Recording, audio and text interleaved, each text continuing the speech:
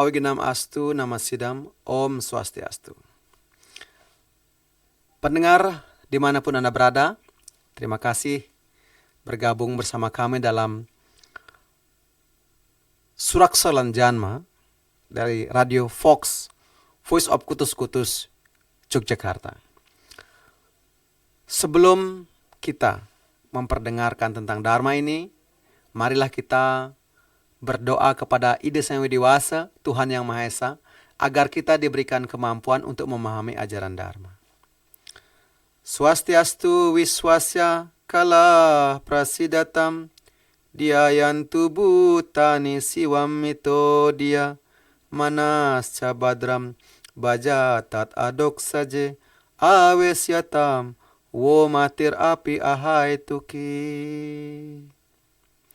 Semoga ada segala keberuntungan yang baik di seluruh alam semesta. Pendengar dimanapun Anda berada, bulan ini dikatakan sebagai bulan kemerdekaan, di mana 78 tahun yang lalu kita,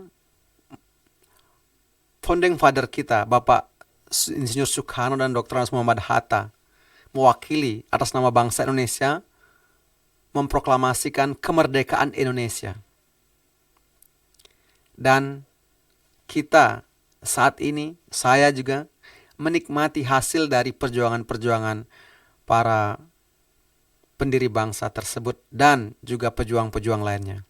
Namun, apa yang sudah kita lakukan, apa yang sudah kita kerjakan, dan apa sudah kita sumbangsihkan untuk bangsa ini? Hari ini saya mengajak pendengar dimanapun berada untuk memahami satu hal, yakni belajar mendengar. Topik kita kali ini yakni mendengarkan. Ternyata Bhagavad Gita khususnya secara spesifik mengajarkan kita untuk mulai belajar mendengar.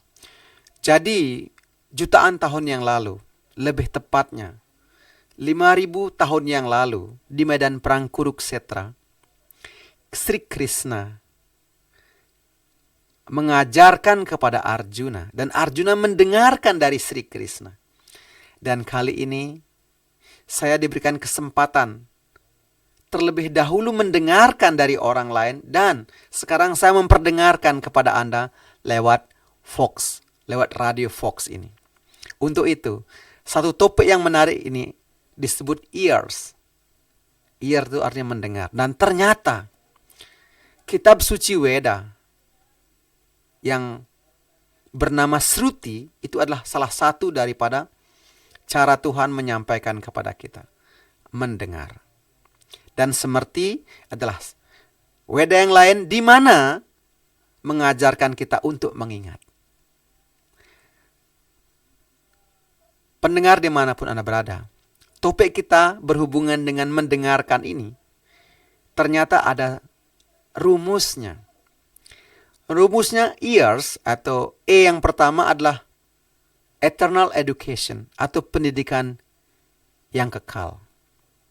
Yang kedua adalah accurate understanding atau pemahaman yang akurat. Yang ketiga itu adalah R, removing reaction atau menghapuskan dosa, dan yang kelima adalah sacrifice. Yang keempat adalah sacrifice atau berkorban suci.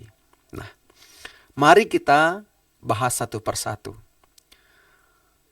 Pendidikan yang kekal itu adalah bagaimana cara kita memperoleh pengetahuan mengenai hubungan kita yang kekal dengan Tuhan. Di mana diri kita ini adalah jiwa atau roh yang memiliki sifat-sifat yang sama dengan Tuhan. Apa itu sifatnya? Sifatnya adalah Satchit Ananda, penuh kekekalan, pengetahuan, dan kebahagiaan. Sifat kekal sang roh ini menjadikan diri kita tahu, ingat, dan bisa belajar banyak dari yang lainnya. Namun, karena keberadaan dari panca mahabuta, unsur-unsur panca mahabuta atau unsur-unsur material yang juga merupakan energinya Tuhan, membuat diri kita atau sang roh ini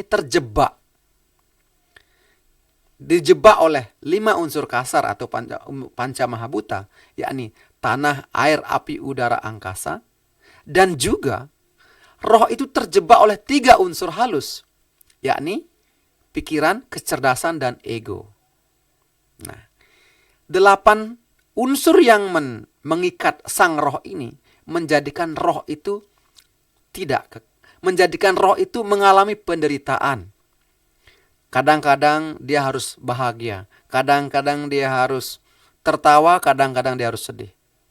Tetapi sebenarnya yang sedih itu bukanlah roh itu, tetapi unsur-unsur material yang mengikat sang roh itu yang membuat roh itu sedih. Pendengar dimanapun Anda berada, inilah menjadi bagian yang paling sulit buat kita terima. Bila dibilang kita ini nakal, bila kita dibilang baik kita bahagia, bila kita bilang mengacaukan kita sedih. Ini membuat kita terombang-ambing. Namun Bhagavad Gita, kehadiran dari Bhagavad Gita membuat kita harus membangkitkan kembali kesadaran kita yang tidur oleh pelukan maya, oleh pelukan khayalan, oleh pelukan rasa senang yang berlebihan, atau juga mungkin pelukan rasa sedih yang berlebihan. Kalau rasa senang yang berlebihan memeluk kita, kita lupa bahwa kita memiliki kewajiban yang lain, yakni memperhatikan yang lainnya. Kalau kesedihan yang berlebihan, kita lupa bahwa kita punya kebahagiaan yang harus kita bagikan kepada yang lainnya. Pendengar dimanapun Anda berada, Bhagavad Gita yang diajarkan terakhir kalinya 5.000 tahun yang lalu oleh Sri Krishna kepada Arjuna merupakan titik balik dari kebangkitan kesadaran kita. Kehadiran kitab suci, kehadiran Bhagavad Gita itu merupakan kehadiran Tuhan secara nyata di alam semesta ini, di bumi ini khususnya.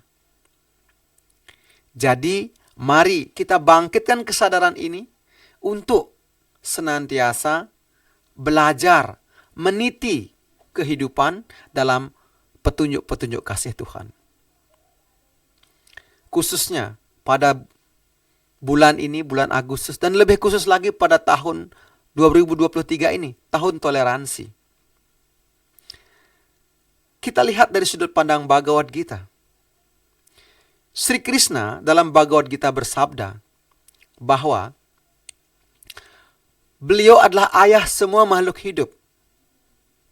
Artinya, kalau kita mau membangkitkan kembali, mengingat kembali identitas kita yang sebenarnya, kita ini memiliki hubungan satu dengan yang lainnya. Baik hubungan kekerabatan maupun hubungan yang lain, hubungan keluarga, hubungan apapun yang lainnya. Jadi, di tahun toleransi ini, di bulan Agustus ini, saya mengajak teman-teman semua umat Hindu dimanapun berada, dan juga teman-teman yang lainnya, warga negara Indonesia. Kembangkan toleransi, tingkatkan kesadaran diri, dan maju bersama untuk Indonesia yang lebih baik. Demikian, semoga pendidikan yang kekal, hubungan dengan jiwa, bisa bermanfaat. Matur sembah nuwun. Om Santi Santi Santi Om.